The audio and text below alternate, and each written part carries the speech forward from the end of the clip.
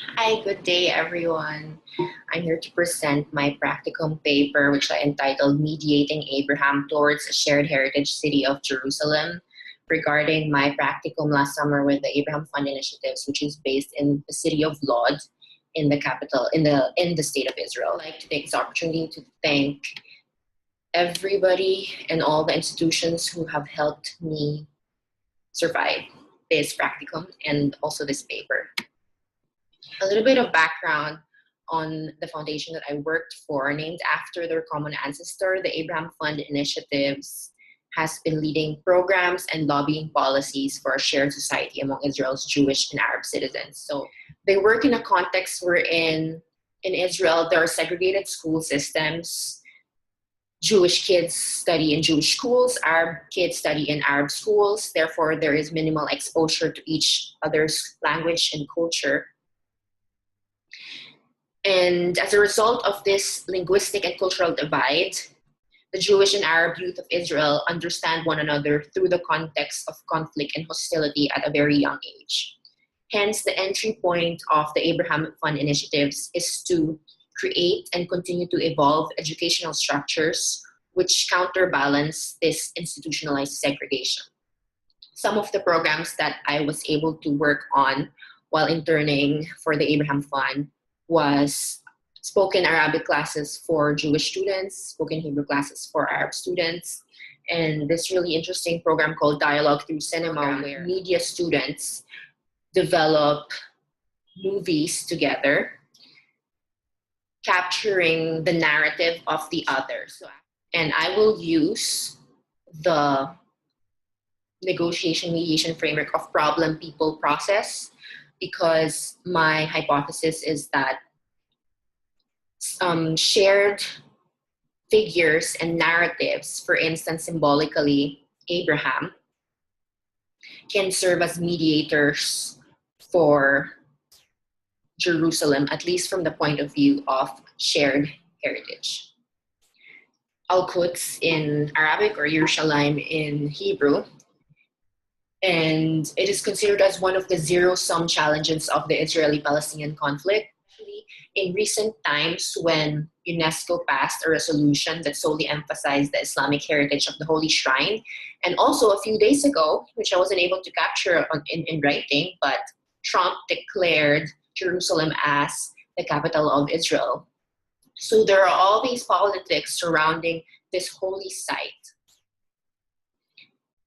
Jerusalem has significant spiritual and political meanings.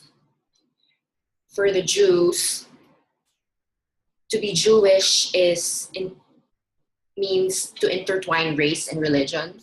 As Sandol, a Jewish scholar, once said, to assert a Jewish identity is to locate oneself with the sacred history of the people of Israel, to identify with a narrative that extends back to Abraham, that is linked to God's covenant. So Jerusalem is the first primary and the only spiritual center of the Jews. And as I've mentioned, there's also that political component to it. So even non-religious Jews are connected to Jerusalem by means of it being a national symbol and the capital of the state. So unlike Jews, where religion is more likely intertwined with race, Islam is very much open to conversion. There are 2 billion Muslims around the world. Majority of them are not Arabs. So the significance of Al-Quds has gone beyond the Arab narrative.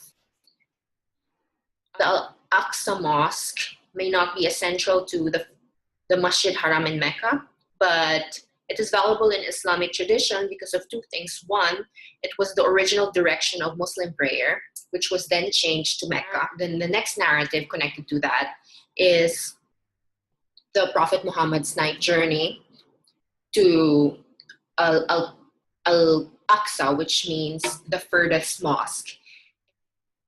I propose heritage education to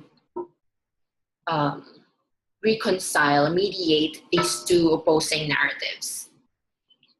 First and foremost, what is heritage?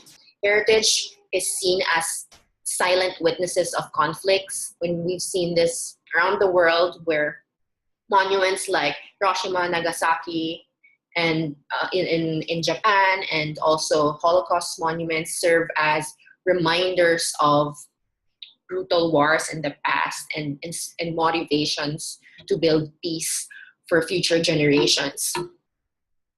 But for people who claim the right to heritage, these are very precious, indispensable components of their identities. The Angkor Wat in Cambodia, it was initially built as a Hindu temple, later transformed into a Buddhist monastery. It is now open to all peoples of all faiths, but at the same time remains to be important pilgrimage sites for the Dharmic religions. Therefore, it's safe to say that heritage is a right, and it is part and parcel of any people's identity. But what does it mean to have shared heritage in Jerusalem? There are various sources, religious, historical, cultural, that I expounded on my paper, which focus on shared narratives, mostly circulating around the common ancestor of Arabs and Jews, Abraham. Narratives are powerful metaphors, and educational institutions need to take responsibility in upholding inclusive narratives, use culture and religion as lenses to understand how Muslim and Jewish identities are being formed via Jerusalem. So this is where the Abraham Fund initiatives comes in. These are the programs of the Abraham Fund initiatives that work with colleges and universities in Israel. According to Professor Manuel Tragenberg, chairman of the Commission on Higher Education, if there is a single place where the fragmented Israeli society can become a shared society, I think this place is a university campus. As Rasul has clearly pointed out, there is a need to ensure that and a constructive discourse is upheld. Talk to him, there have been improvements with regards to accessibility, but what's frustrating is the small space available to speak one's mind. Sometimes the police invading campuses to halt nonviolent student demonstrations. So TAFE for many years has advocated for representation of Arabs in the university setting, for a few programs that encourage intercultural dialogue, but then again, the quality of discourse actually being, for the students to actually be able to hear each other's narratives before they can build a shared narrative together is the question at hand. But to what extent are educational institutions in Israel simply integrate the minority voice to the majority so that there can be one kind of student voice together? Learning and unlearning do not happen in a day or two of workshops. Re-engaging pedagogies to reach the very peripheries of classroom discussions, research papers, and academic exercises is pivotal to so that diverse heritage and narratives and identities that every student carries can find meaning beyond the four corners of the classroom. Into the real world, where nationhood, freedom, and occupation mean different things for different people, and where inherited privileges need to be recognized before futures can be shared. And to be honest, like, this whole process of